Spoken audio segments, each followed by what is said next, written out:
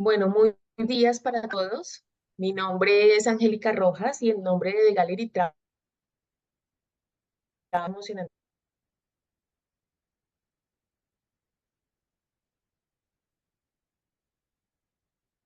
Fernández. Él es licenciado en Filosofía de la Pontificia Universidad Javeriana. Es doctor en Filosofía de la Universidad de Antioquia y en Historia del Arte de la Universidad de Bolonia, Italia. Una breve presentación del profesor, quien es el que nos va a acompañar y nos guiará en esta apasionante charla sobre este destino. Profesor, entonces te cedo la palabra. Angélica, muchas gracias y muchas gracias a todos los que están aquí. Muchas gracias por haber aceptado esta invitación que hicimos desde Gallery Travel para hablar hoy sobre un tema particular que tiene que ver con el proyecto de viaje que tenemos a la zona, fundamentalmente la zona oriental de Turquía, esa que hemos llamado la otra Turquía, una Turquía diferente a la Turquía que normalmente se visita más. Pues la Turquía que normalmente se visita más, pues es la que está en la costa, digamos, alrededor de Pérgamo o Bergama, como se llama en este momento esa ciudad, Éfeso, o la costa de Antalya, inclusive pues como una parte, digamos, del centro occidente de esa península asiática que es la Capadocia. Este es un viaje diferente, un viaje que creo que es posible que todos ustedes sepan, un viaje que va sobre todo por la parte oriental, va primero hacia la ciudad de Trebisonda y a partir de allí va hasta la frontera oriental de Turquía, la frontera que tiene Turquía con Georgia, Armenia e Irán, y luego por la frontera que tiene con Siria en la parte sur, hasta llegar a la Capadocia, pues que está en el centro. Entonces, ese viaje que hemos llamado, pues, la otra Turquía, pues es un poco donde nos vamos a mover ahora. Yo voy a empezar a compartir mi pantalla. Voy a compartir mi pantalla. mm, a ver, la ponemos en modo presentación. Esto se demora un segundito. Bueno, eh, mm, como digo, pues nos vamos a mover en este terreno de la otra Turquía y nos vamos a mover en una temática particular. No está, posiblemente saben ustedes, pues estas charlas no pretenden hacer un recorrido por todo el itinerario, sino centrarnos en los lugares, entre los lugares que vamos a visitar, centrarnos en aquellos que han sido declarados que forman parte de lo que se llama la lista del patrimonio mundial. El patrimonio mundial, que con mucha frecuencia nosotros decimos el patrimonio cultural de la humanidad de la UNESCO, técnicamente se llama pues la lista del patrimonio mundial de la UNESCO. Es una lista particular que es definida por un comité especial de la UNESCO, un comité formado por 21 países que van cambiando. Los países son nombrados por periodos de 6 años, pero en general los países no están sino 4 años. En la mayor parte de los casos, al cabo de 4 años, los países van presentando renuncia a formar parte de ese comité para dar la posibilidad de que otros estados formen parte de él. Son 21 países los que forman parte se reúnen cada año en distintos lugares del mundo. La reunión de este año 2024, que es en el mes de agosto, me parece que empieza el 21 de agosto, será en Nueva Delhi, en la India. Y en esas reuniones, pues se ponen en discusión los candidatos que los distintos países del mundo presentan como lugares que son particularmente significativos, particularmente representativos, importantes para la cultura de la humanidad, esos que podemos decir son como patrimonios de todos nosotros. Eso es un proceso que viene desde los años 70, eh, mm, cuando se realizó la primera de esas reuniones, que fue en la ciudad de Quito, en esa sesión de Quito, a mediados de los 70, se declaró la ciudad de Quito, el centro histórico de Quito, como patrimonio de la humanidad, la isla Galápagos, etcétera.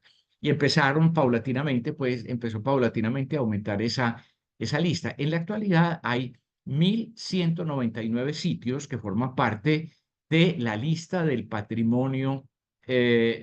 del patrimonio mundial. Eh, mm, Esos que nosotros podemos llamar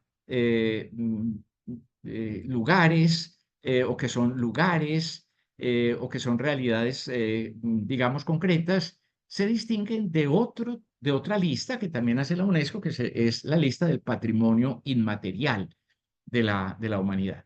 En el caso nuestro, por ejemplo, en el caso colombiano, en la lista del patrimonio, digamos, material, pues está Cartagena, está Mompox, San Agustín, Tierra Adentro, etcétera. Y hay no solamente sitios que son patrimonio, digamos, cultural, sino también sitios que son patrimonio natural de la humanidad. Por ejemplo, el Parque Nacional Los Catíos, Malpelo, son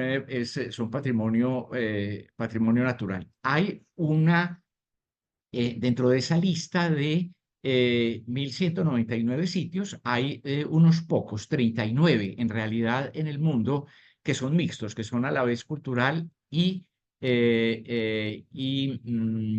natural. Chiribiquete, por ejemplo, es uno de esos. Y aquí nosotros en Turquía nos vamos a encontrar otro sitio que también es mixto, es cultural y material. Perdón, es cultural y natural. Fuera de eso existe también la lista del patrimonio inmaterial. eh, mm, por decir alguna cosa, el festival, ¿cómo se llama? El Carnaval de Barranquilla, por ejemplo, el Carnaval de blancos y negros de Pasto, forman parte de ese asunto. Tradiciones que son de carácter artesanal, por ejemplo, forman parte de esa lista del patrimonio inmaterial. El término de inmaterial yo creo que no es muy feliz, pero bueno, es el que se utiliza, pues porque al fin de cuentas, pues todas las cosas son materiales, ¿no es cierto? Pues no es una idea lo que se patrimonializa, lo que se inscribe, sino que es una realidad. Entonces nos vamos a mover en este contexto del patrimonio de la humanidad en Turquía, en estos territorios por donde vamos a movernos. Evidentemente, pues de las cosas que siempre pues debemos señalar, debemos tener en cuenta, pues es que estamos en Turquía, ¿no es cierto? Estaremos en Turquía y que Turquía, pues, es un país que tiene un encanto, una fascinación particular, eh, un país que está lleno de leyendas, un país que, digamos, forma parte del mundo mítico de Occidente y de la mayor parte del mundo desde hace muchos siglos. Que cuando digo desde hace muchos siglos, quiero decir desde la antigüedad, pues encontramos referencias a este asunto eh, que ha funcionado siempre como este lugar, que ha funcionado, este país, que ha funcionado siempre como un punto de contacto entre Oriente y Occidente, donde las tradiciones orientales y occidentales, las culturas orientales y occidentales se han mezclado, han interactuado entre ellas, se han extendido a partir de allí, no solamente entre Oriente y Occidente, sino también digamos, entre el norte y el sur, entre la zona europea y la zona africana, todo siempre ha servido como intermedio en ese caso. A ver, por aquí, simplemente pues para recordar el mapa de Turquía, nosotros pues nos vamos a mover, lo que decía ahora, nosotros pues llegaremos a Estambul necesariamente, pues fundamentalmente venimos en avión, es el único vuelo del viaje a esta ciudad que los turcos llaman Trabzon, Trebisonda se llamaba antes, y luego vendremos entrando, un momentico voy a poner el señalador que es mejor. Entrando por aquí, venimos a esta zona de Erzurum y luego vamos hacia el norte, nororiente, vamos hasta esta zona que es la ciudad donde está la ciudad de Kars, y luego venimos casi que por la frontera hasta este lago, el lago más grande de Turquía, que es el lago Van, y de aquí del lago Van, pues entonces venimos por esta zona, Diyarbakir, luego después de Diyarbakir vamos a venirnos por acá, a esta ciudad de Urfa o Sanliurfa, Gaziantep, Antioquía, que es esta ciudad que está aquí, y venimos finalmente a través de Tarso, vamos a venir a la Capadocia, y de la Capadocia, pues venimos también por esta zona a Ankara, y de Ankara, pues regresamos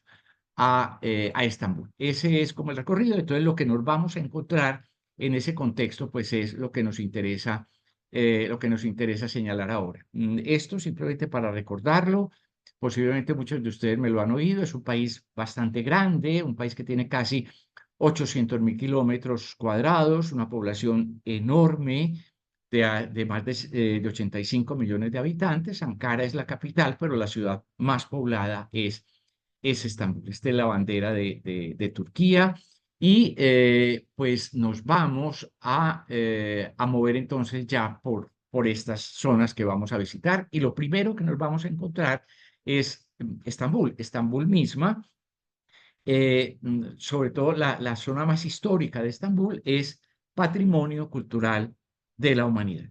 Está ubicado en este sitio, pues donde que estoy señalando aquí, y los lugares que han sido declarados, que están dentro de esa declaratoria, pues están fundamentalmente, no exclusivamente, pero están fundamentalmente en esta zona que estoy señalando, que es la zona que se llama Sultan Ahmed. Sultan Ahmed en realidad es esta parte de aquí más cerquita, más extrema, pero allí nos vamos a encontrar pues una cantidad de cosas realmente muy interesantes, realmente muy importantes que, a ver, caray, que es que me toca dar también entrada. eh, a las personas que van llegando. Entonces, me distraigo un poco. Entonces nos estamos moviendo, pues, o nos vamos a mover fundamentalmente en esta zona. En cada uno de los sitios, mejor dicho, cada vez que se declara patrimonio, o se inscribe en la lista del patrimonio mundial, la UNESCO hace una especie de, digamos, de declaración de por qué se ha escogido ese sitio, se ha incluido ese sitio en la lista del patrimonio. Esto es Santa Sofía, saben ustedes, esa gran basílica del siglo VI, construida en la época del emperador Justiniano, en la actualidad reconvertida de museo, era museo desde hace 100 años, reconvertida en mezquita hace unos pocos años. Entonces, en este momento es una mezquita, pero que se puede visitar también de manera turística. ¿Qué dice la UNESCO sobre estas zonas históricas de Estambul? Dice, con su ubicación, este es el texto, digamos, de la UNESCO, lo voy a leer en cada caso de los sitios de la lista que vamos a ver.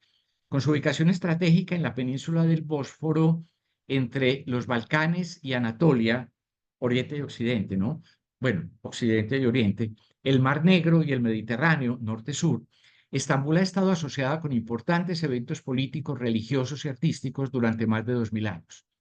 Sus obras maestras incluyen el antiguo hipódromo de Constantino, Santa Sofía del siglo VI y la mezquita de Solimán del siglo XVI, todas ahora amenazadas por la presión demográfica, la contaminación industrial y la urbanización descontrolada. También se señalan esos inconvenientes que tienen. Las zonas históricas de Estambul se incluyeron en la lista de la UNESCO en 1985.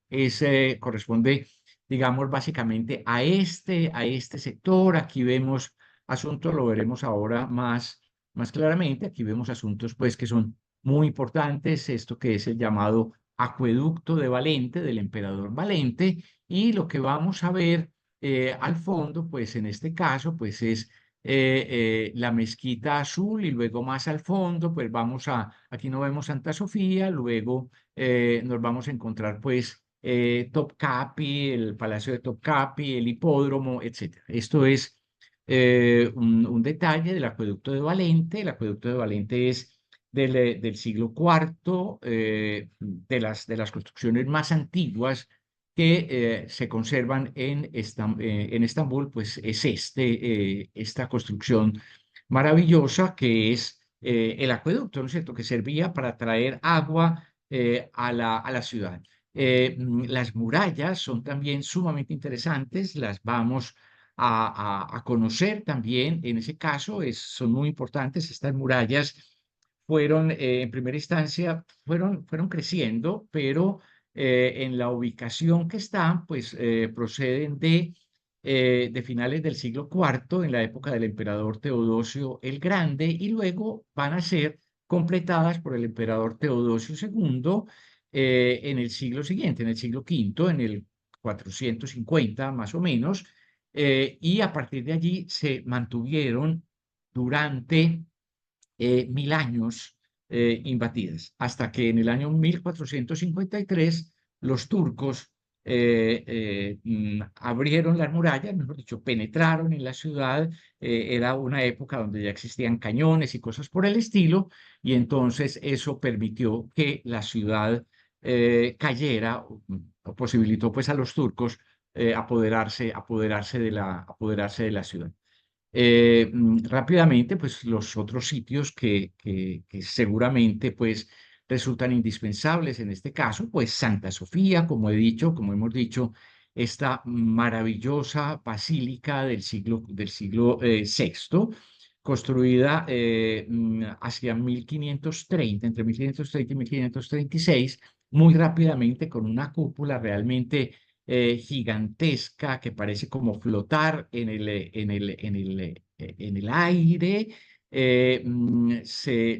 Cuando esto era una iglesia bizantina, pues evidentemente se insistía pues en todo ese tipo de cosas, digamos, en ese carácter místico como de elevación. Yo siempre digo que cuando uno llega a Santa Sofía, siempre mira hacia arriba, y eso establece una relación, evidentemente, desde una perspectiva mística, es mirar hacia la divinidad. Bueno, detalles de Santa Sofía: se conservan algunos pocos mosaicos, más de los que uno cree realmente, pero la basílica seguramente llegó a tener muchos más que fueron cubiertos en épocas posteriores, o sea, que se perdieron en épocas posteriores. Está también el Palacio de Topkapi, que es el antiguo Palacio de los Sultanes, construido a partir de la toma de 1453, y que se va a conservar como Palacio del Sultán hasta mediados del siglo XIX. A mediados del siglo XIX, los sultanes hacen construir otro palacio, que es Dolmabahce, un palacio más, digamos así, entre comillas, más occidental, y se abandona este palacio de Topkapi, que en cualquier caso es una maravilla de primer orden. Digamos, son salas de audiencias que están en la entrada del harén. Esto es parte del harén, que es la parte más preciosa pues del palacio. Detalles del harén: el harén está prácticamente es inmobiliario, pero bueno, se conserva en muy buen estado.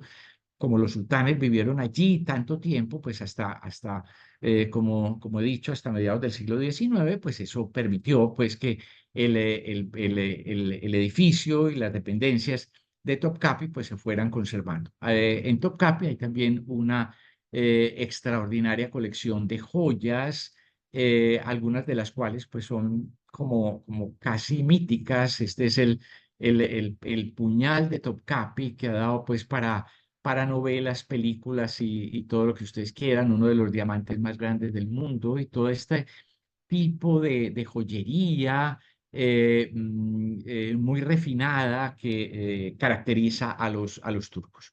En esa misma zona está la Mezquita Azul, que es una de las más bellas, de las más fascinantes, recién restaurada o la están terminando de restaurar. Al lado de la Mezquita Azul está el hipódromo al que hace mención la UNESCO desde su declaratoria. El hipódromo se conserva solo una parte, digamos así, pequeña, que correspondería como a la parte fundamentalmente de las pistas. Estos hipódromos, no sé, siempre pongo el ejemplo, tal vez muchos de ustedes en algún momento de su vida vieron la película Ben-Hur y recordarán esa carrera de carruajes romanos que en realidad están girando alrededor de una especie de zona central, de un parapeto central donde hay estatuas, etcétera, que hay obeliscos. Este obelisco es traído de Egipto, es un obelisco de la época del emperador, del faraón Tutmosis III. Pero lo que estaba diciendo es que del hipódromo se conserva básicamente solo la pista, ¿no es cierto? No se conservan la parte de las graderías que, según se dice, podían albergar hasta 400.000 personas. Era el centro, no solamente deportivo, sino también el centro político, gran parte de las discusiones políticas y sobre todo gran parte de las manifestaciones populares se daban allí en el hipódromo, el obelisco de Tutmosis que mencionaba, y esto que lo menciona también la UNESCO, mezquita de Solimán el Magnífico, que está un poco sobre la colina. Miren ustedes, esto es Topkapi, esto que está aquí es Topkapi, esto es Santa Sofía. La mezquita azul debe estar un poco más a nuestra derecha. Esta es la mezquita de Solimán el Magnífico, una de las más extraordinarias. Una mezquita no era simplemente pues, un sitio donde se va a hacer oración, sino que una mezquita como la de Solimán el Magnífico pues tenía escuelas, guarderías, ancianatos, hospitales, comedor para indigentes, cementerios, etc. Era una cosa muchísimo más completa. Así se ve Solimán desde desde el estrecho del Bósforo. Estas son imágenes de la mezquita de Solimán el Magnífico, que, insisto, pues es una de las más bellas de la ciudad. Y finalmente también parte de la declaratoria es el Gran Bazar. El Gran Bazar es digamos, un centro comercial cubierto, es un mercado cubierto que tiene más de 4.000 almacenes. Vale la pena visitarlo, vale la pena conocerlo. Siempre tengo o siempre digo que se ha vuelto muy chino, pero es un lugar realmente maravilloso. Bueno, entonces salimos de Estambul, vamos a Trebisonda, como he dicho, y luego hacemos el recorrido hasta la frontera de Turquía, de Turquía con Armenia, en este caso con Armenia. Y aquí nos encontramos el segundo lugar. Estambul está por allá, Trebisonda está acá. Como ustedes recordarán ahora, nosotros hemos venido por este lado, venimos a Kars y al lado de Kars, de la ciudad de Kars, nos vamos a encontrar Ani. ¿Qué es Ani? Ani, las ruinas de Ani. Ani es la antigua capital de un gran reino armenio. Estamos hablando de antes de la llegada de los turcos, de los turcos que habitan Turquía, de los turcos otomanos. Hay otros turcos, ¿no es cierto? Los turcomanos, los turcos selyúcidas, son de raza turca también, por ejemplo, los habitantes de Uzbekistán, de Turkmenistán, etcétera. Bueno, antes de que llegaran esos pueblos turcos, pues en toda esta región, en gran parte de esta región y en la zona del Cáucaso, hay un imperio, un reino armenio sumamente poderoso. Y ese reino tenía como capital la ciudad de Ani. Ani era una gran ciudad, una ciudad que llegó a tener hasta 100.000 habitantes. Se consideraba que era una de las ciudades más grandes, una de las ciudades más ricas, una de las ciudades más espléndidas del mundo. Por supuesto, no hablamos de comparaciones con Roma, porque Roma, digamos, hacia el año 1000, Roma era un pequeño poblado. Pero Constantinopla era una gran ciudad y Ani rivalizaba con Constantinopla, una ciudad, insisto, gigantesca que está en la actualidad en la frontera, en toda la frontera con Armenia, ¿no es cierto? En realidad, esta fotografía que está tomada aquí no permite como ver eso que estoy diciendo. Esta zona, esta parte donde que estoy señalando, en realidad aquí hay un río. Esta fotografía está tomada desde Armenia. Hay un río, un pequeño río que es la frontera entre los dos países. ¿Qué dice la UNESCO sobre Ani? Sitio arqueológico de Ani, situados al nordeste de Turquía, en una solitaria meseta erguida sobre el valle que delimita la actual frontera natural entre este país y Armenia. Los vestigios de la ciudad medieval de Ani comprenden un gran conjunto de viviendas y edificaciones religiosas y castrenses, dotadas de una estructura urbanística típica de la Edad Media, que se fue configurando a lo largo de los siglos bajo la soberanía de diferentes dinastías cristianas y musulmanas.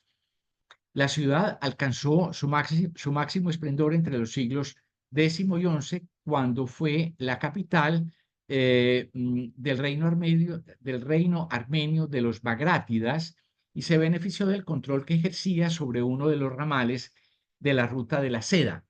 Posteriormente, bajo el sucesivo dominio de los bizantinos, de los selyúcidas y de los georgianos, conservó su rango de encrucijada importante del tráfico mercantil de caravanas. La invasión mongola de 1239 y el devastador terremoto de 1319, ese es el momento, digamos, de muerte, asolaron la ciudad y precipitaron su decadencia. Ani ofrece un amplio panorama del desarrollo arquitectónico medieval gracias a la presencia de casi todas las innovaciones arquitectónicas que emergieron en la región entre los siglos VII y XIII de nuestra era, declarada, pues inscrita en la lista del patrimonio en el año 2016. Miren ustedes la frontera es este pequeño río, y la ciudad estaba protegida justamente por ese río, ¿no es cierto? En una especie de meseta, ¿no es cierto? El río está más bajo, entonces tenía como ese carácter un poco de fortaleza natural, por decirlo de alguna manera. La ciudad tenía unas murallas extraordinarias, unas murallas que en los últimos años han sido restauradas. Hay algún trabajo de restauración en Ani, pero también pues nos encontramos que hay una gran cantidad de restos, de iglesias sobre todo, que eran los edificios más importantes y que se conservan, digamos, de manera relativamente precaria. No me voy a meter en esta historia, pero hay aquí un asunto de orden político, del debate, de las peleas, de los enfrentamientos, de las guerras entre turcos y armenios, que tienen inclusive pues episodios dramáticos como aquel del exterminio armenio ejercido por los últimos sultanes otomanos, o realizado por los últimos sultanes otomanos, entre la primera y la segunda década del siglo pasado. Entonces, aquí nos vamos a encontrar efectivamente ese tipo de asuntos, pero las construcciones son magníficas, en muchos casos. Esta era una iglesia, una ciudad que estaba llena de iglesias, se hablaba de ella como la ciudad de las 40 puertas, por las murallas que veíamos al principio, o la ciudad de las 1001 iglesias. Digamos, estaba llena de templos en ese sentido, algunos de los cuales se conservan, digamos, lo que más se conserva, pues es la estructura de la ciudad y la estructura de algunas iglesias, algunas en estado ruinoso, como esta iglesia del Redentor, que se cayó en una tormenta no hace muchos años. Digamos, hay trabajos de restauración, pero seguramente pues nos parecerá cuando lo veamos pues que deberían intervenirla mucho más. Este es el palacio o los restos del palacio selyúcida que van a existir allí. Luego, después de la visita de Annie, pues entonces Annie está hacia arriba, ¿no es cierto? Aquí no la vemos. Annie está más arriba de donde estamos nosotros, siempre por esta frontera. Dije que íbamos a venir prácticamente por la frontera, vamos a pasar por el lado de el monte Ararat, que es el monte más alto de esta zona montañosa, que es la zona del Cáucaso.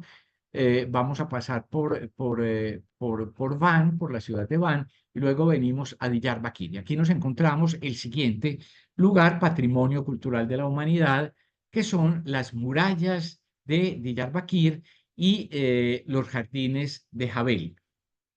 Están descritos así. Estas murallas son particularmente impactantes. Lo que dice la UNESCO sobre este paisaje cultural de la fortaleza de Diyarbakir y jardines del Jebel, inscritos en el año 2015, como ven ustedes, dice, situada en un escarpe del curso superior del río Tigris, que forma parte del creciente fértil. La ciudad fortificada de Diyarbakir y su paisaje asociado han conocido numerosas culturas a lo largo de los siglos. El sitio fue un centro importante desde los periodos helenístico, es decir, desde la época de Alejandro, helenístico, romano, sasánida y bizantino, y más adelante otomano e islámico hasta la actualidad. El sitio comprende la colina, digamos así, el tel de Amida. Ese tel significa eso, un tel el Amarna, el tel es una colina, el tel de Amida, llamado Iskale o Castillo Interior, las murallas de Diyarbakir, de 5.800 metros de longitud, numerosas torres, puertas, contrafuertes y 63 inscripciones que datan de diferentes periodos históricos. Y por último, los fértiles jardines de Jebsel, que unen la ciudad al río Tigris, que abastece a la ciudad de víveres y de agua. Vale la pena decir que estas son unas murallas poderosísimas, unas murallas construidas en el siglo IV por el emperador Constantino II, no por Constantino el Grande, Constantino II, uno de sus hijos. Son unas murallas construidas en basalto, en piedra volcánica, basáltica, murallas que nunca cayeron, murallas que nunca fueron rotas, ¿no es cierto? Las murallas, pues yo no digo la ciudad nunca hubiera caído bajo un invasor, pero tuvieron que entrar por otra parte, pues porque las murallas o tuvieron que someter a la ciudad de otra manera, porque las murallas fueron siempre imbatibles, eran tan grandes, tan poderosas, tan fuertes en sus materiales, pues que nunca pudieron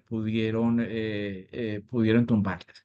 En Diyarbakir, pues no solamente son las murallas, sino como veían ustedes, el paisaje cultural, pues nos encontramos también la gran mezquita de Diyarbakir, que es una mezquita que está construida sobre restos romanos, de época romana, estas columnas y estos arquitraves, estos frisos, cornisas, etcétera, son arcos, son en buena medida de época romana, elementos, no necesariamente que estuvieran todos allí, pero elementos traídos de ruinas romanas, una mezquita excepcional de una extraordinaria belleza que ya desde la antigüedad se comparaba con la mezquita de Damasco. Aquí es muy interesante pues la mezcla de lo musulmán con aquella cosa romana, ¿no es cierto? Con aquella tradición romana, pero hay una presencia muy fuerte, es una ciudad que tiene una presencia muy fuerte, Armenia todavía, y una presencia kurda. Extraoficialmente, eso no, ni siquiera se puede decir allá, extraoficialmente, esta ha sido conocida a veces, Diyarbakir, como la capital de los kurdos, pero decir eso pues en Turquía pues es casi que una ofensa. Algunos elementos en proceso de restauración, esta gran iglesia fue restaurada, es esta que nos encontramos aquí, en la iglesia de San Georgios. Hay un centro comercial, digamos así, utilizando lo que antiguamente era un caravanserai, es decir, un albergue de camelleros, ¿no es cierto? Una parada en la ruta de la seda que es tan importante en este lugar. Lo veremos y están estos jardines de Jebsel que están a orillas del río Tigris, ese es el río Tigris, hay puentes importantes y demás, y todo este territorio, pues el cultivo, las formas de cultivo también fueron reconocidas por la UNESCO. Bueno, de allí, bueno, ahí está el puente al que hago mención, un puente que es de época otomana. Luego vamos, en este caso, venimos de la frontera oriental y vamos hacia occidente, perdón, me devolví, vamos hacia occidente, eh, ¿no es cierto? Diyarbakir, lo encontramos aquí, y luego vamos a venir a una ciudad, en realidad, un poquito más adelante volveré sobre esa ciudad que está por aquí, que se llama Sanliurfa o Urfa. En realidad Sanliu es un título, pues es la gran ciudad de Urfa, la muy valiente ciudad de Urfa, Sanliurfa, y de Sanliurfa vamos a visitar este sitio que se llama Göbekli Tepe, que es una cosa completamente, completamente distinta, que es también, pues como he dicho, patrimonio de la humanidad. Está en la lista del patrimonio mundial. ¿Qué es esto? ¿Qué es Göbekli Tepe? Göbekli Tepe, pues, es uno de los lugares más excepcionales del mundo. Es una cosa que con un grado de excepcionalidad tan extraordinaria que es tanto como decir que este es la construcción megalítica, la construcción en grandes bloques de piedra, la construcción megalítica más antigua de la historia. Es hasta donde sabemos, hasta donde tenemos en este momento, la construcción más antigua de la historia. Recientemente ha vuelto a circular la idea de una pirámide en Indonesia, pero eso no, pues, digamos, los arqueólogos no creen que eso, que algunos señalan como una pirámide en Indonesia que tendría como 40.000 años. Los arqueólogos no creen que eso sea cierto. Este es el sitio, la construcción en piedra más antigua, de grandes bloques de piedra más antiguas, que ha cambiado completamente la manera como nosotros entendemos el proceso del paleolítico, el proceso del neolítico, el paso entre pueblos que eran recolectores y cazadores a pueblos que van a ser agrícolas, pueblos que eran del paso de pueblos nómadas a pueblos que se asentaron. Dice la UNESCO, situado al sudeste de Anatolia, en lo alto del monte Hermus, este sitio posee toda una serie de monumentos megalíticos circulares y rectangulares dispuestos en forma de recintos que fueron erigidos por poblaciones de cazadores-recolectores en la etapa del período neolítico anterior a la alfarería, entre el año 9600 y 8200 a.C. Utilizados para la ejecución de rituales, probablemente funerarios, estos recintos poseen altos pilares en forma de T con animales salvajes esculpidos que nos dan una idea de la cosmovisión y las creencias de los pobladores de la Alta Mesopotamia hace unos 11.500 años. Esto, cuando hablamos de 11.500 años, pues estamos hablando de, pues vale la pena recordar siempre que las pirámides de Egipto tienen 4.500 años. Es decir, esto es 7.000 años anterior a las pirámides egipcias. Y esto ha trastocado completamente la comprensión que nosotros tenemos de la prehistoria, lo que sabemos de la prehistoria, porque siempre entendimos que había esos pueblos cazadores, recolectores, pueblos nómadas, pueblos que iban buscando, que iban por el territorio, explorando el territorio, buscando dónde cazar y dónde encontrar alimentos, hasta que en un momento dado, como hace unos 7.000 años, una cosa así por el estilo, empezaron a asentarse y empezaron a cultivar.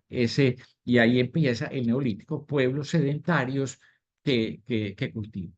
Pero es que esto no funciona esto nos desbarata esa teoría. Como pueblos nómadas, como pueblos que están recorriendo, pueblos que no tienen asegurada la comida porque tienen que encontrarla, digamos, cada día o cada poco tiempo.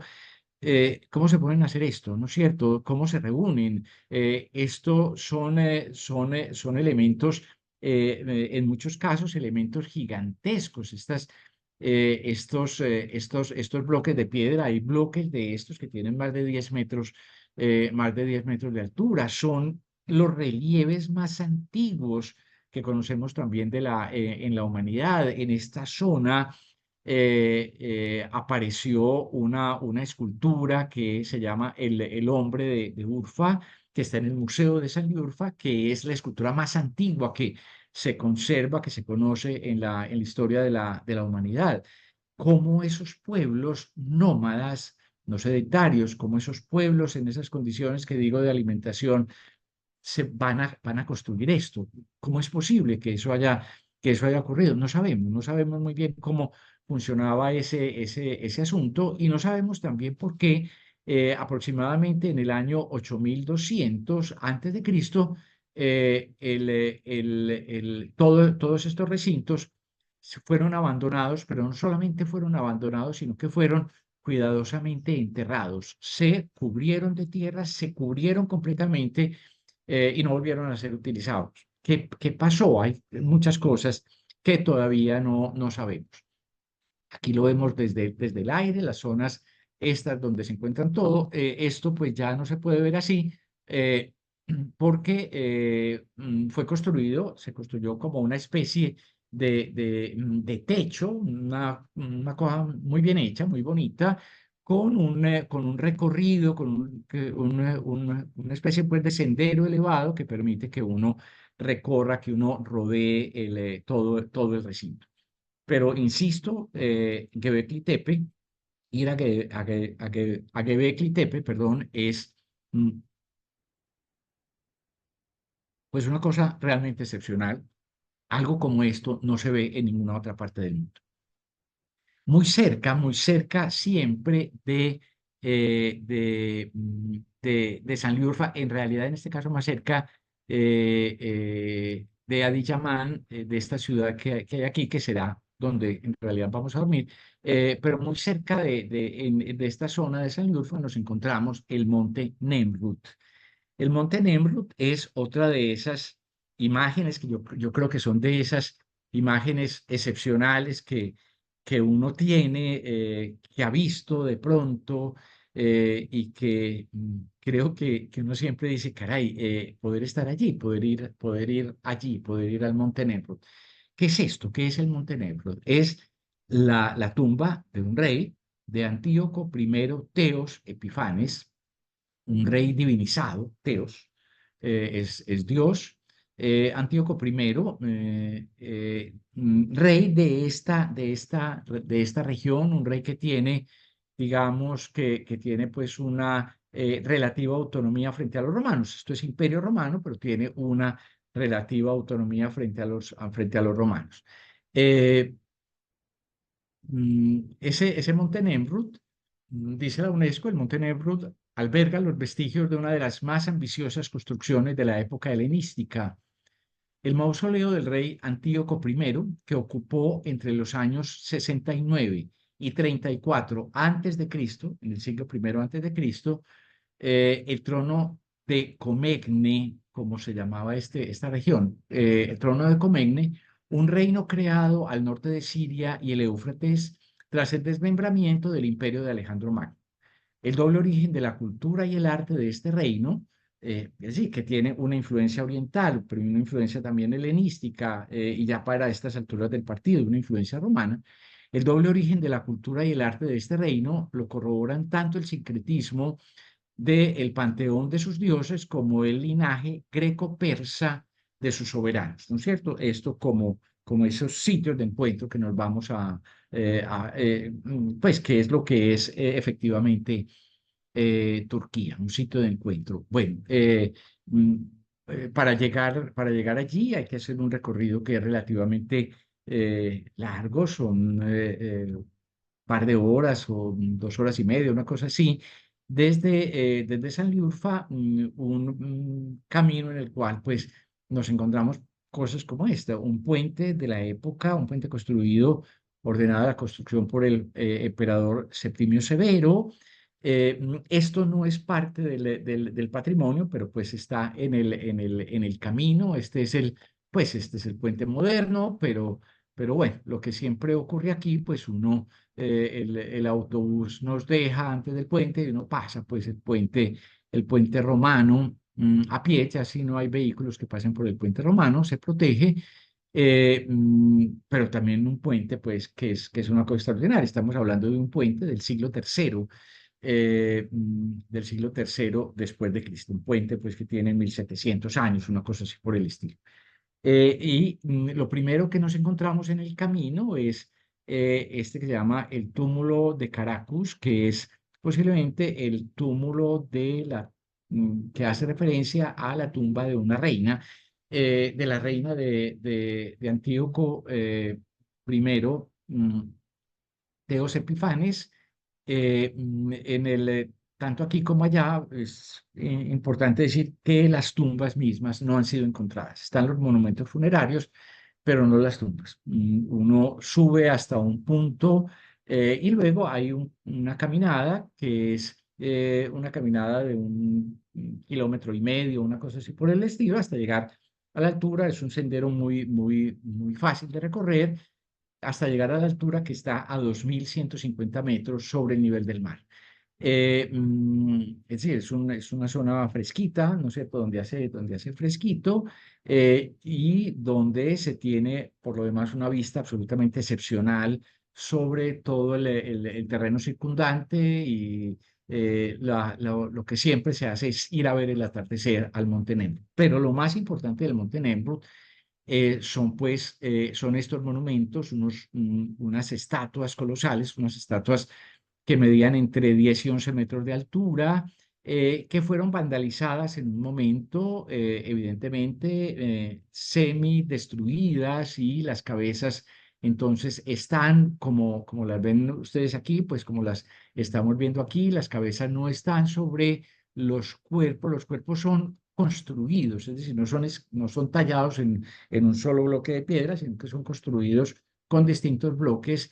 Ha habido desde hace mucho tiempo pues una discusión en el sentido de que deberían volver a montar las cabezas, una cosa que podría ser relativamente fácil. Aquí tienen ustedes esas estatuas que yo digo son construidas, en el sentido de que son montadas pues a partir de bloques, y las cabezas, y se sabe a cuál estatua corresponde pues cada una de estas cabezas, o debe corresponder. Pero por el momento las cabezas están, pues digamos así, en el piso, están al nivel de uno, y insisto, pues este es uno de esos lugares absolutamente excepcionales, absolutamente espectaculares, uno de los monumentos funerarios más grandes, por lo menos en esta parte del mundo. No me refiero pues al mundo en general, pues porque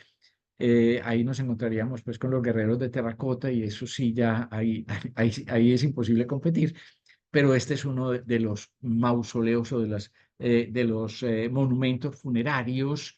Creo que se debe utilizar mejor ese término, un monumento funerario, porque la tumba misma ni siquiera sabemos dónde está. Como insisto, nunca ha sido encontrada.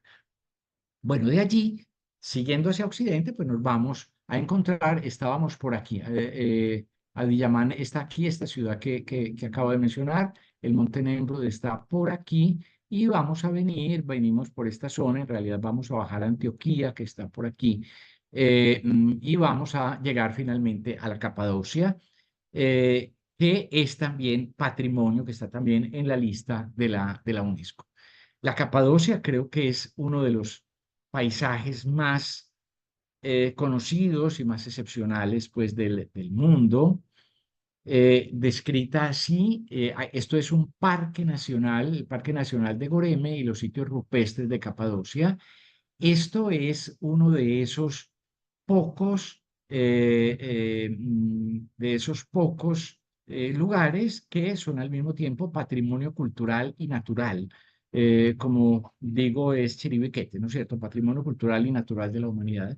El Parque Nacional de Goreme y los sitios rupestres de Capadocia. En el Valle de Goreme y sus alrededores, en medio de un espectacular paisaje modelado por la erosión, hay toda una serie de santuarios rupestres que son testigos de excepción del arte bizantino del período post-iconoclástico, así como viviendas y aldeas troglodíticas y subterráneas que son vestigios de un habitar humano tradicional cuyos orígenes se remontan al siglo IV.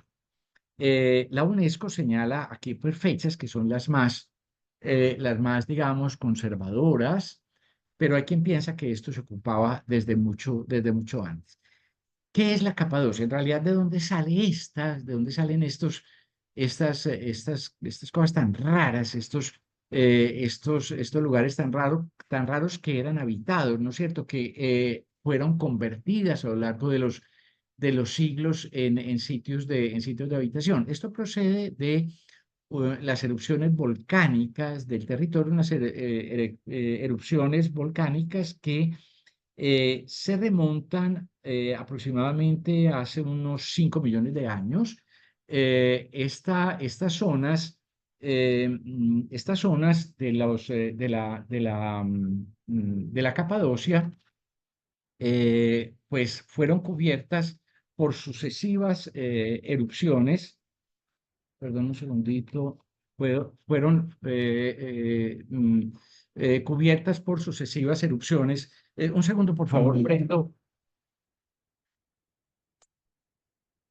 la conexión eh, que estaba sin enchufar el computador y se estaba ya rebajando la batería.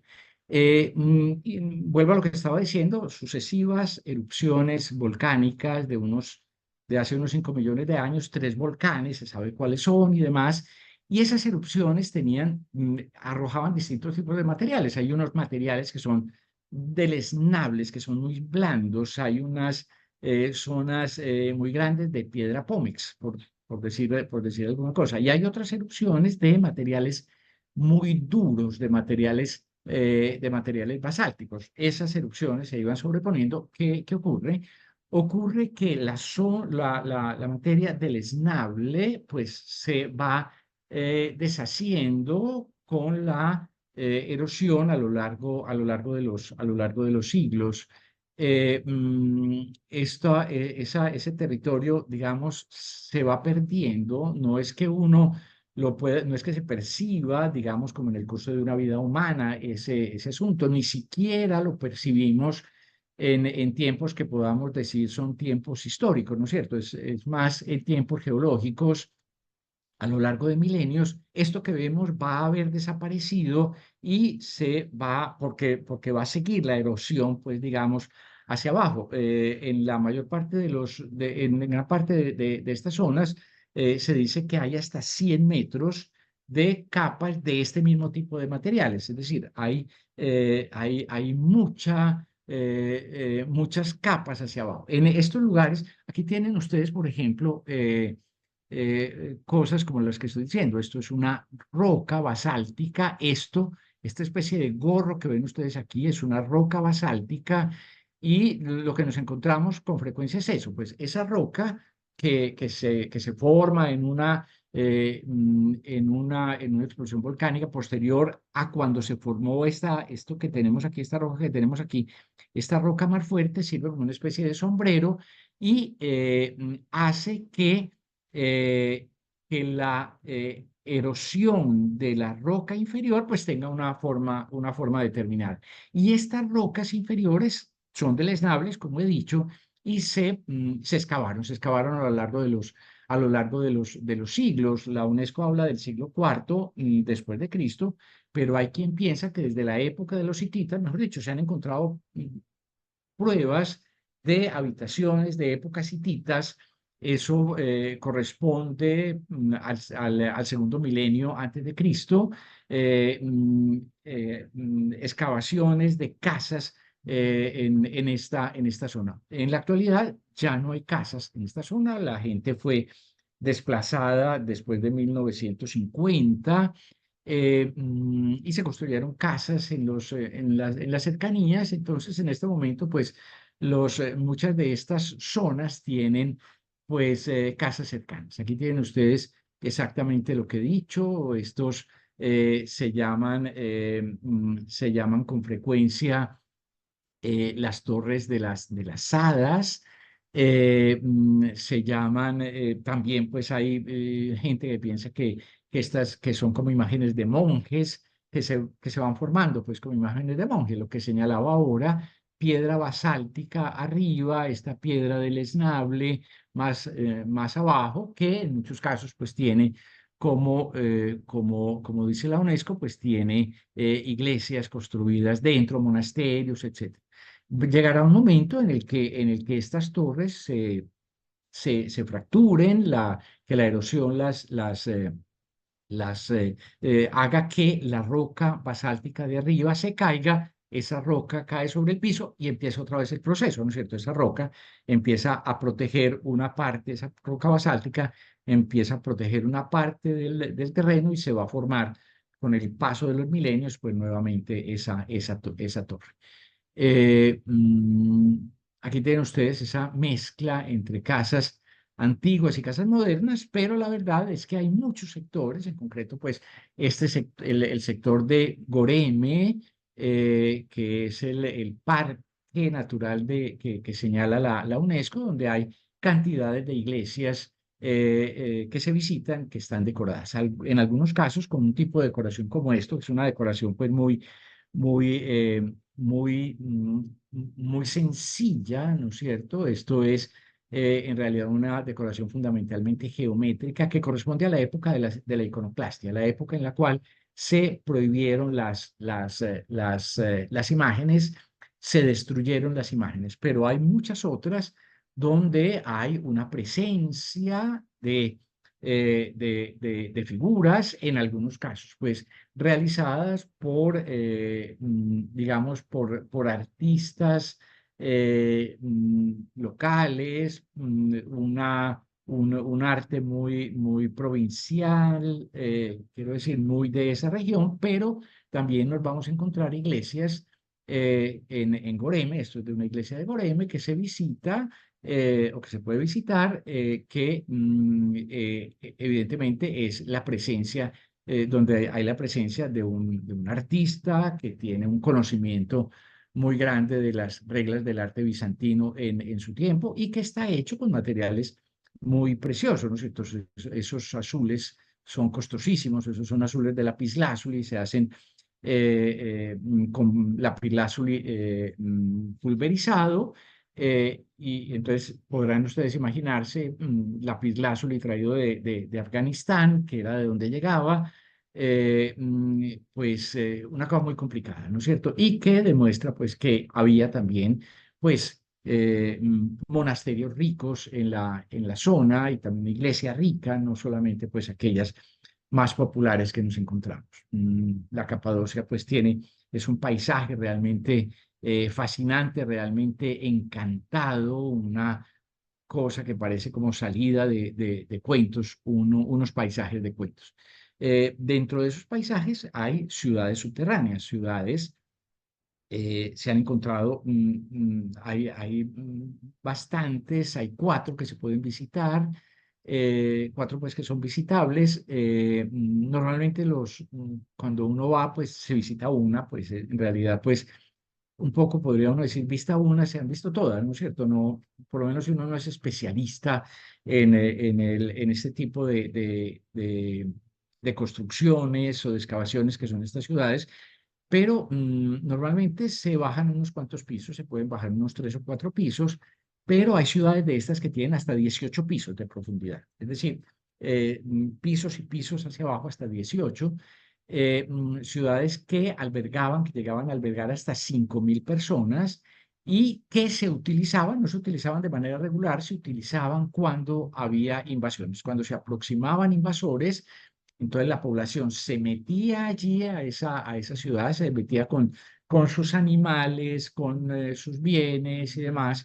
Normalmente, pues, las invasiones se sabía que se iban a producir, pues se llegaba la noticia o lo que sea, la gente se metía allí cuando llegaban los invasores, los mongoles, por ejemplo, pues entonces pues se robaban lo que podían, pues en lo que había quedado, pues en la aldea o en las casas de los campesinos, pero los campesinos no estaban por ninguna parte, se encerraban allí, se taponaban, había agua, había cementerios, había agua corriente, quiero decir, había pozos de ventilación que, por ejemplo, sacaban el humo de las cocinas, lo sacaban muy lejos, lo llevaban hasta muy lejos, las chimeneas, digamos, eran hasta muy lejos y los invasores no los encontraban. Una cosa realmente que forma parte de esas maravillas.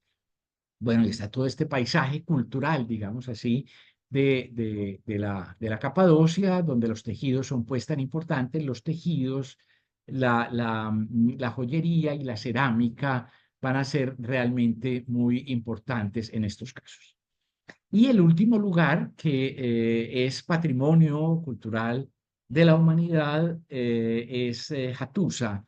Estábamos aquí, la Capadocia es esta zona, Goreme está aquí, como ven ustedes. Vamos hacia el norte, acercándonos a Ankara, y aquí vamos, bueno, esto es un sitio arqueológico, la ciudad a donde se llega es esta que estoy señalando aquí, que se llama Yozgat. Y de allí se va a Hattusa. ¿Qué es Hattusa? Hattusa es la antigua capital hitita. Esa ciudad fue también completamente destruida. Lo que ustedes están viendo aquí, esta especie de fortaleza, pues es una reconstrucción, un poco para que la gente tenga la idea de cómo es, pero ahora diré que no es que se encuentren solamente pues estas filas de piedras de las bases, pero esta es una de las grandes capitales del mundo. Vale la pena recordar eh, que los hititas peleaban con los egipcios en la época de Ramsés II, ¿no es cierto? La famosa batalla de Kadesh, que enfrentó a Ramsés II con el emperador hitita Hattusili. Pues estamos hablando del año 1200 antes de Cristo, del siglo XIII antes de Cristo. Este era uno de los grandes imperios del mundo. Dice la UNESCO, Hattusa, la capital hitita. El sitio arqueológico de Hattusa, antigua capital del imperio hitita, es excepcional por los vestigios del trazado y la organización de la ciudad, los tipos de construcciones conservadas, templos, mansiones reales y fortificaciones, y la riqueza ornamental de la Puerta de los Leones y la Puerta Real, así como el conjunto de arte rupestre de Yasilicaya. En el segundo milenio antes de nuestra era, esta ciudad tuvo una influencia considerable en Anatolia y el norte de Siria. Desde el 86 es parte de esa lista. Entonces, lo menciona la UNESCO, hay un lugar que se llama Yasilicaya, donde hay una serie de relieves, que esto debía tener un carácter religioso, evidentemente, ¿no es cierto?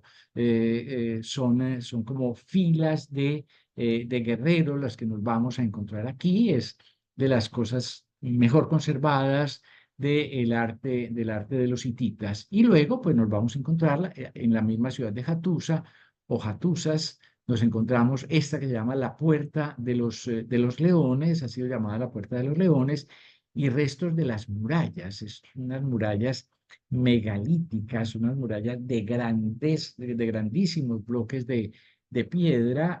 Estamos hablando de un periodo anterior, por ejemplo, a Micenas, en Grecia, donde nos vamos a encontrar otra Puerta de los Leones y otras murallas ciclópeas, como las llamamos también. Están los restos, pues, se han desenterrado, pues, digamos, como las fundaciones de la ciudad, pero hay restos pero pues, mejor dicho, hay túneles, hay restos de tumbas, hay restos de palacios, etcétera, que hacen muy interesante esta visita. Hay una cosa adicional que he mencionado que es el patrimonio inmaterial de la humanidad. Y dentro de la lista del patrimonio inmaterial de la humanidad puse los ejemplos en Colombia, pues es por ejemplo el Carnaval de Barranquilla, el Carnaval de Blancos y Negros, de Pasto, el barnismo Pamopa de Pasto también es patrimonio inmaterial de la humanidad. Y hay en Turquía pues una cantidad de cosas que son patrimonio inmaterial de la humanidad. Un tipo de cerámica, que son las cerámicas, por ejemplo, que vamos a ver en la mezquita azul, unas cerámicas que son originarias de la ciudad de Izmir. La forma como se hace el pan, que es un poco, digamos, como eso que nosotros llamamos pan árabe, un tipo de pan así muy delgadito que se hace poniéndolo sobre las paredes del horno, poniéndolo en las paredes, pegándolo en las paredes del horno, cosas de esas. Hay un tipo de papel que es patrimonio de la humanidad, bueno, y otra serie de cosas, pero me quiero detener básicamente en esto que es un tipo de danza muy especial. El Sema es una danza mística, originalmente una danza mística de los seguidores eh, de un místico sufí que se llamaba Mevlana en la ciudad de Konya, o a partir de la ciudad de Konya. Pero esto se extendió por todo Turquía. ¿Qué es eso? Aquí el texto aquí es un poquito más largo, pero me parece que es interesante leer. Se llama Sema, ese tipo de ceremonia, y los monjes, que se llamaban también los derviches o los derviches danzantes, o los Mevlevi. Los Mevlevi son una orden ascética sufí fundada en 1273 en Konya por ese personaje que llamaba ahora Mevlana, que mencioné ahora, Mevlana, de donde se extendieron progresivamente a través del Imperio Otomano. Una seta sufí es una seta musulmana, ¿no es cierto? Hoy se pueden encontrar Mevlevi en muchas comunidades turcas de todo el mundo, pero los centros más atractivos y famosos de la actividad de la orden están en Konya y Estambul.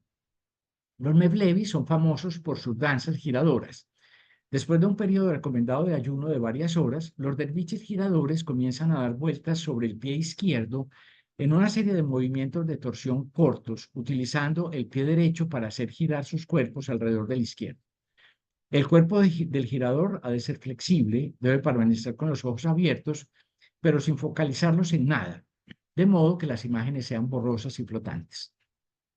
En sus ceremonias llamadas Sema, se toca un repertorio musical particular, el ayin, con una base de 4 partes de composiciones vocales e instrumentales.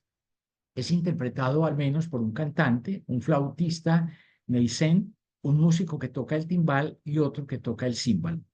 Los bailarines recibían enseñanza durante 101 días recluidos en casas, ¿cómo es? Mevlijane, donde aprendían la ética, los códigos del comportamiento y las creencias practicando el rezo, la música, la poesía y la danza. Después de esta formación, seguían siendo miembros de la orden, pero regresaban a su trabajo y a sus familias. Como resultado de las políticas de secularización, estamos hablando de la época de Ataturk, después de la caída de los sultanes a raíz de la derrota de Turquía en la Primera Guerra Mundial.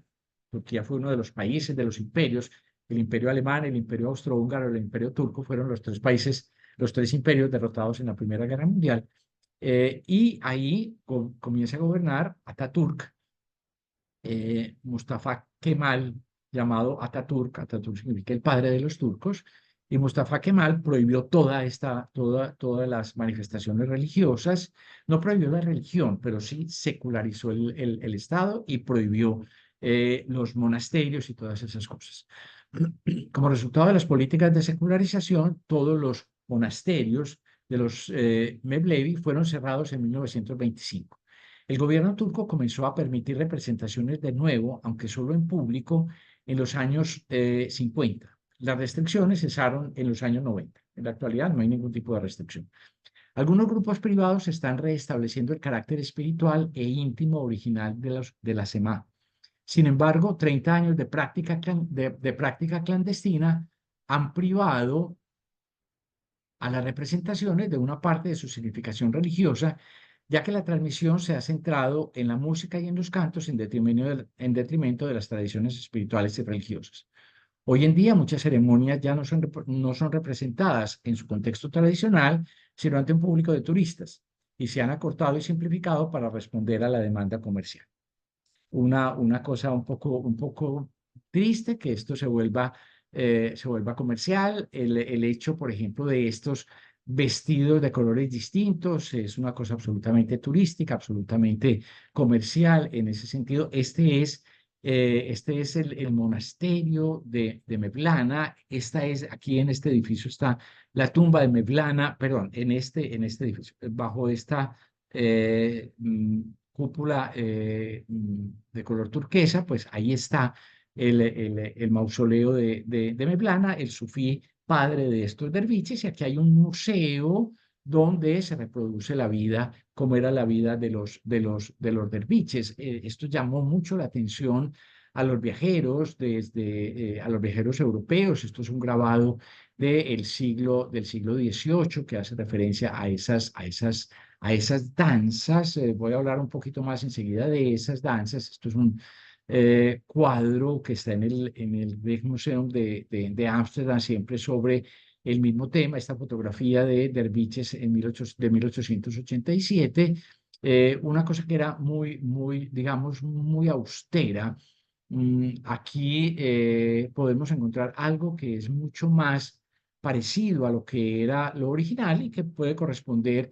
Yo pues no podría señalarlo con exactitud, pero puede corresponder a ese clima más espiritual que en algunos casos pues se intenta recuperar. Hay siempre un personaje que no danza, que está como haciendo, pues digamos, como sirviendo de centro y un poco, aunque uno no lo percibe muy claramente, es como el director de orquesta en todo este asunto. Los derviches danzan, como ven ustedes aquí, arrancan con los brazos cruzados sobre el pecho, y a medida que van girando, van abriendo los brazos.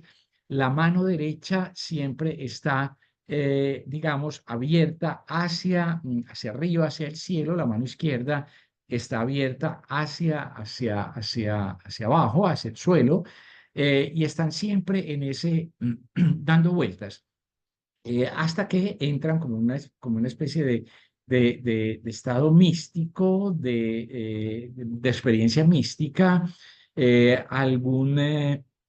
Alguien dice que, claro, que hay como una especie de mareo, ¿no es cierto?, que facilita como esa sensación una sensación de estar como fuera del propio cuerpo.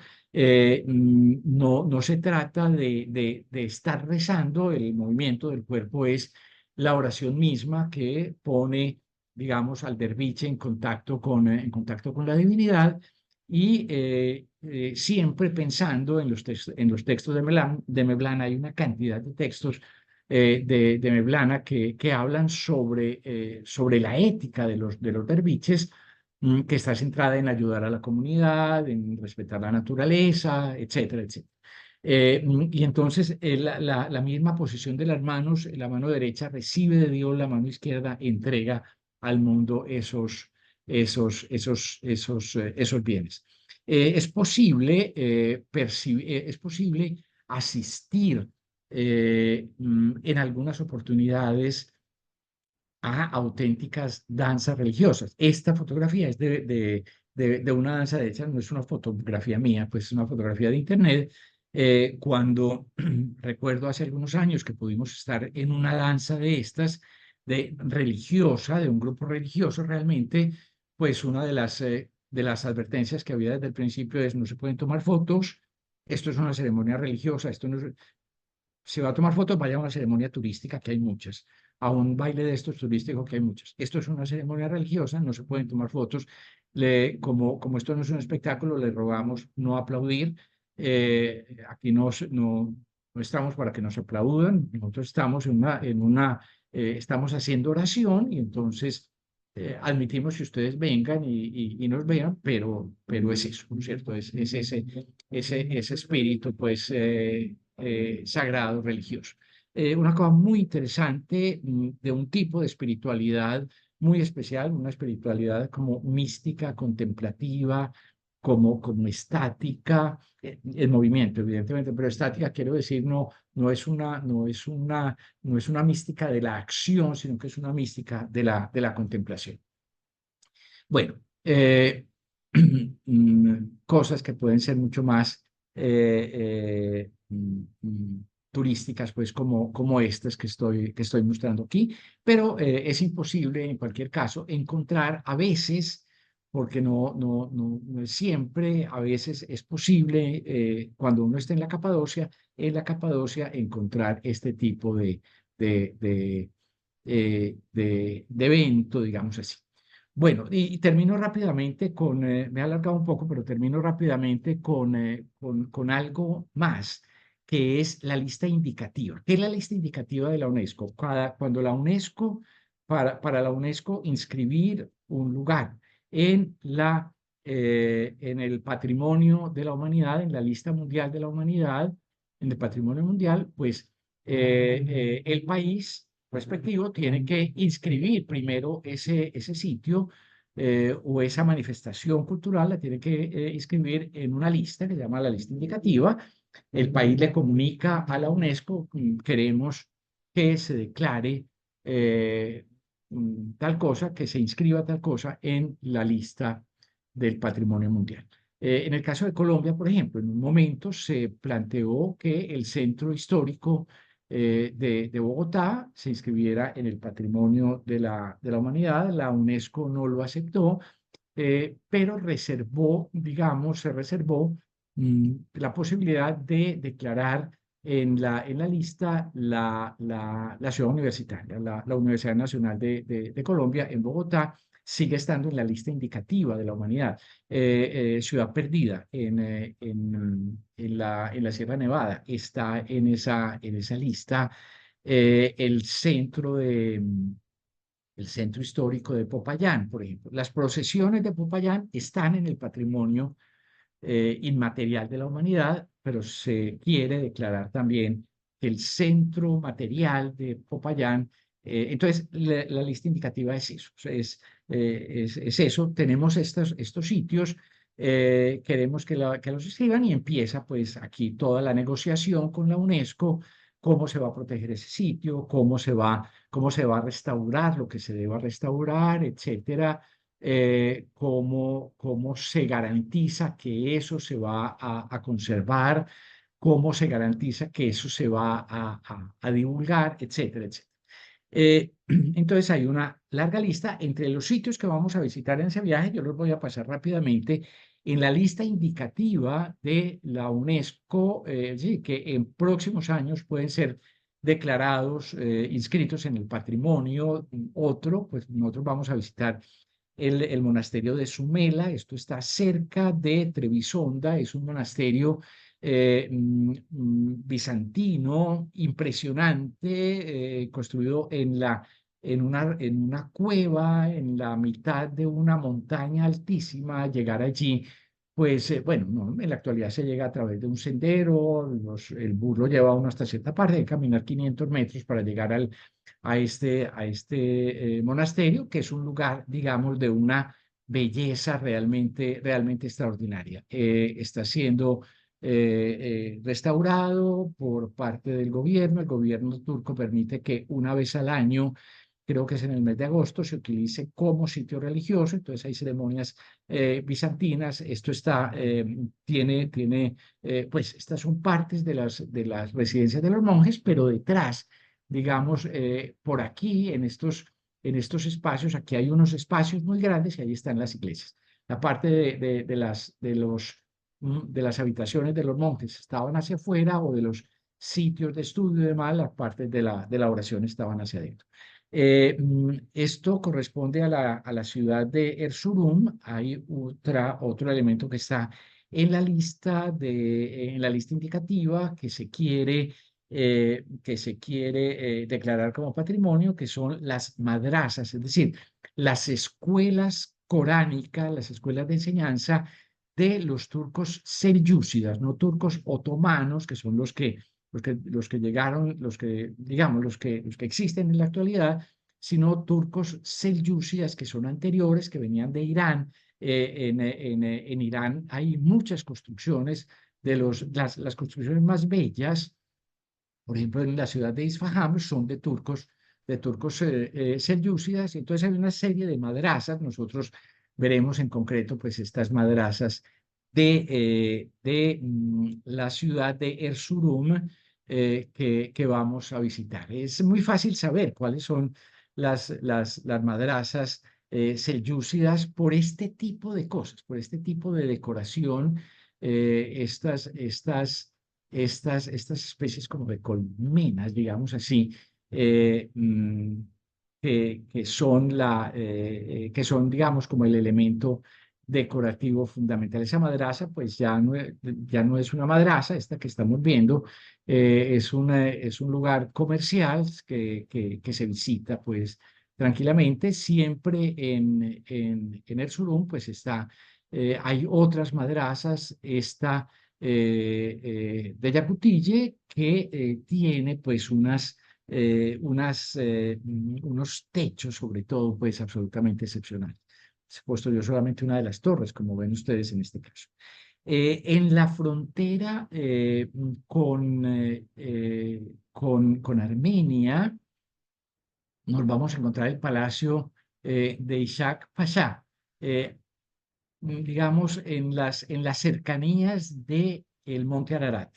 Este palacio de Ishak Pasha está inscrito en la lista indicativa. Turquía quiere que se declare Patrimonio de la Humanidad. Este fue el palacio más espléndido que existió después del Palacio de Topkapi. Le valió, pues, la vida al pasha. Este pasha, pues, controlaba los impuestos en el comercio entre Irán y el imperio otomano, y el sultán de Estambul, de Constantinopla. Constantinopla se va a llamar así hasta los años 30 del siglo pasado, del siglo XX.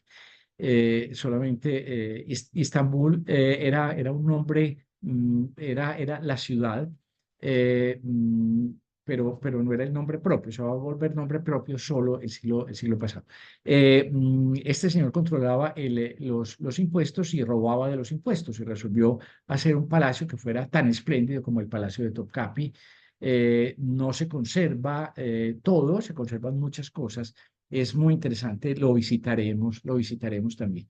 En la ciudad de Van, junto al lago, pues también visitaremos, y también está inscrita la fortaleza de Van. La fortaleza de Van tiene una historia milenaria. Es una fortaleza que originalmente corresponde a los pueblos urartus, que habitaban al imperio Urartu, que habitaba esta región. Hay una cantidad de inscripciones en esa antigua lengua Urartu. Estamos a la orilla del lago, el lago Van, que dije que era el lago más grande de Turquía, una cantidad de inscripciones, unos sepulcros, los restos de la fortaleza. Bueno, también estos son los templos Urartu, que decía que esto es tallado en piedra, ¿no es cierto? Están en una cosa excepcional, están en cuneiforme, en alfabeto cuneiforme, en lengua urartu, en alfabeto cuneiforme. El alfabeto cuneiforme normalmente siempre nosotros lo encontramos en tablillas de arcilla, ¿no es cierto? Porque era la manera más fácil. Esto es una cosa tallada en piedra, una cosa muchísimo más duradera, ¿no es cierto? Más complicada, una cosa de extraordinaria belleza. Siempre en Van nos vamos a encontrar, pues en el lago de Van hay una isla en el centro del lago, donde hay una iglesia que es esta, que está también en la lista del patrimonio. Esta iglesia de la isla de Van, una iglesia que está bastante bien conservada, sobre todo los exteriores, con tallas realmente excepcionales. Bueno, rápidamente, también Mardin, la ciudad de Mardin, está en la lista indicativa. Es posiblemente una de los lugares que se van a declarar primero como patrimonio, según parece. Mardin es toda construida en este tipo de piedras, en una colina, digamos, en la ladera de una colina, mirando a la llanura, que al fondo pues es Siria. eh, un lugar de una extraordinaria belleza, donde hay además una mezcla de elementos musulmanes, elementos cristianos, y elementos arameos. Los arameos son cristianos de los más antiguos que se puedan encontrar. Sanliurfa, esta ciudad de Sanliurfa también está contemplada dentro de esa lista, una ciudad muy grande, una ciudad que tiene una tradición para los musulmanes muy importante. Se supone, en la tradición musulmana, en el Corán, Abraham es de Sanliurfa. Abraham vive en Sanliurfa, y digamos, allí donde Dios hace los primeros milagros con Abraham, milagros que se conservan en este lugar, en la tradición de este estanque de Abraham. Según la tradición, la tradición coránica, pues Abraham, cuando declara que cree en un solo Dios, pues entonces los paganos que lo rodean resuelven matarlo, y lo ponen en una pira. Hacen una pira, una cantidad de madera, le prenden fuego y ponen a Abraham en medio del fuego. Dios libera a Abraham, y Dios mismo le pide a Abraham que lance las brasas al lago que hay al frente, que es esto, que es esta piscina. Y esas brasas se convierten en peces rojos. Entonces la piscina todavía está llena de peces rojos, que en la tradición islámica pues hacen referencia a ese asunto. Bueno, las murallas también de Sanliurfa.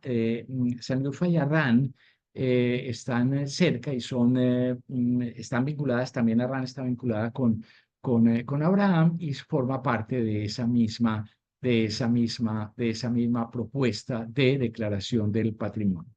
El sitio de Seugma en realidad, más que el sitio mismo, pues lo que se pide declarar son los mosaicos que se encuentran en el Museo de Gaziantep, que es el museo de mosaicos más importante y más bello, yo creo, que existe en el mundo. Y también la iglesia de San Pedro, la gruta de San Pedro en Antioquía, está pues dentro de la lista indicativa. Bueno, y hasta aquí.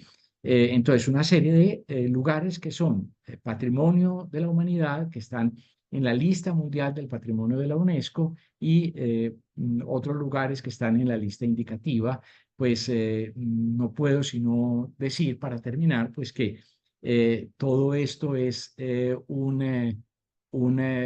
pues es un país de una riqueza realmente excepcional desde ese punto de vista cultural. Bueno, no sé si me alargué mucho más de lo que pretendíamos. Pretendemos que estas charlas sobre patrimonio no sean tan largas como las otras, pero excusa, me alargué. No sé si hay alguna pregunta que yo pueda contestar, si hay alguna duda, pues con mucho gusto.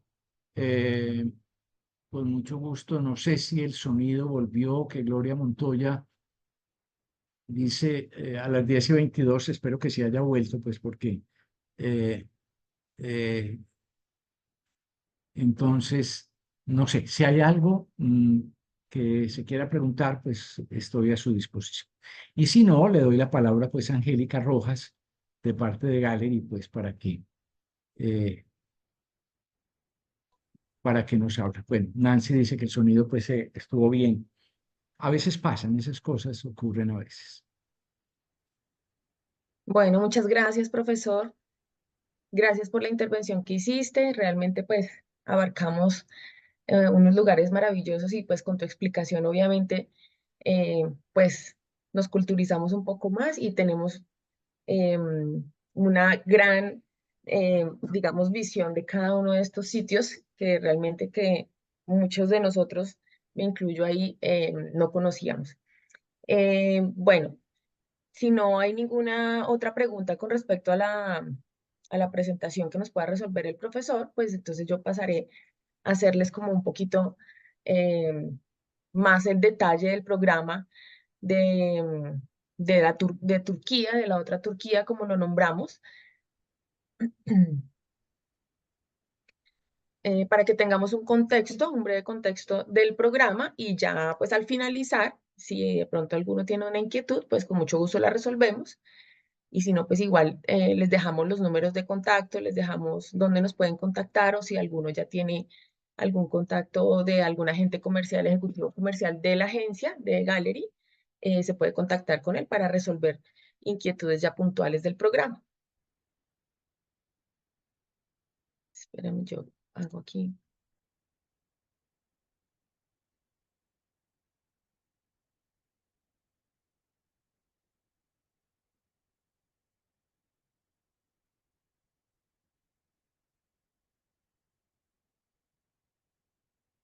Bueno, esto pues es la presentación de nuestro programa. Volvemos y recordamos la fecha de viaje, que es el 12 de septiembre al 7 de octubre. Dentro de lo que incluye nuestro programa, estamos hablando de todas las traslados y las asistencias en los aeropuertos. Aquí aclaramos que es en servicio compartido, no es un servicio privado. Las 24 noches de alojamiento de todo el programa, la alimentación que se describe en cada uno de los lugares que se visitan, en cada uno de los lugares donde nos vamos a alojar, traslados y las visitas que vamos a hacer a los diferentes sitios que ya fueron nombrados por el profesor, los guías locales, que también van a ser especiales en cada uno de los destinos, las entradas a los lugares que se mencionaron en el itinerario, todos los impuestos hoteleros y las tarjetas de asistencia al viajero. Aquí vale resaltar que está incluida hasta los 69 años. Si de pronto algún pasajero ya tiene 70 años en adelante, pues hay que pagar consultar el suplemento de esta tarjeta de asistencia. Las tarifas de nuestro programa, aquí vamos a detallar la tarifa por persona. En la porción terrestre, pues es todo lo que tiene que ver con los hoteles, guías, traslados, alimentación, la tarjeta de asistencia, todo lo que les nombré anteriormente. Aquí tenemos las tarifas en habitación en acomodación sencilla, que son $5,750. En acomodación doble, compartiendo habitación, $4,950. Y tenemos el tiquete aéreo, es una tarifa aérea grupal, es decir, que tenemos un bloqueo aéreo con esta tarifa para congelar la tarifa de $1,890. Aquí les estamos también presentando algunas opciones de planes de pago para poder separar el cupo. Lo importante es que puedan enviar la copia de sus pasaportes, la foto de sus pasaportes a los ejecutivos comerciales con las que estén ya en contacto, sino al final les voy a recordar el número donde se pueden contactar para que les brinden también la información. Se hace un abono inicial para separar su cupo y pues el resto lo damos ahí unas fechas donde pueden seguir haciendo sus abonos para que ya antes de dar inicio del viaje, es decir, más o menos entre el 29 de julio y el 2 de agosto, ya tenemos que tener pago la porción terrestre total y el tiquete se emitiría también en esas fechas. ¿Qué no nos incluye el programa? Pues los tiquetes aéreos nacionales, es decir, aquí en Colombia, para que lleguen a Bogotá a tomar su vuelo internacional. El tiquete internacional, como se los había nombrado en el programa, en las tarifas, $1.890 es el costo de tiquete. Las bebidas y la alimentación que no se describe en el programa, propinas, los tours opcionales que quieran hacer en ese destino, traslados individuales para pasajeros. Hay que tener en cuenta que aquí vamos pues en grupo, los traslados están organizados para salir todo el grupo en un mismo vehículo, pues si de pronto alguno no alcanzó, bueno, que quiera tener un traslado individual para de pronto encontrarse después, eso no está incluido. Los gastos de índole personal, llamadas, lavandería, servicios que no estén indicados en el programa, el seguro de cancelación no está incluido. Y el suplemento de tarjeta de asistencia médica, como lo nombraba inicialmente, para los pasajeros entre 70 y 74 años son $80 y los pasajeros de 75 años en adelante es de $160. Aquí les muestro el itinerario aéreo previsto, es con la aerolínea Turkish. Va a ser un vuelo directo saliendo de Bogotá a Estambul el día 12 de septiembre y el regreso sería el 7 de octubre, Estambul-Bogotá. Esta tarifa del tiquete aéreo incluye una pieza de equipaje de 23 kilos por bodega y una pieza de equipaje de mano o en cabina de 8 kilos. Como lo nombramos aquí, este itinerario está sujeto obviamente a la disponibilidad, tarifas del momento de la confirmación.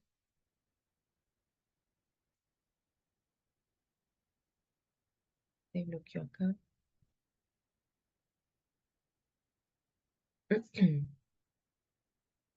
Bueno. Como les decía, pues para más información, para ya el detalle del programa, si tienen alguna inquietud, si desean ver el itinerario día a día, todo lo que les acabo de comentar, se pueden comunicar con nosotros a este número. Allí van a poderse contactar con un ejecutivo comercial. Está también nuestra página web donde también pueden ingresar y también está el detalle del programa. Y bueno, cualquier inquietud que tengan al momento, si tienen alguna pregunta que podamos resolver de una vez, o si no, pues entonces nos contactamos telefónicamente. Recuerden que ya están los últimos cupos, es necesario que pues se contacten con nosotros lo antes posible, que hagan su depósito y nos envíen el pasaporte para separarlo. Cualquier inquietud que tengan, pues con mucho gusto. No sé si alguien tiene alguna pregunta antes de finalizar.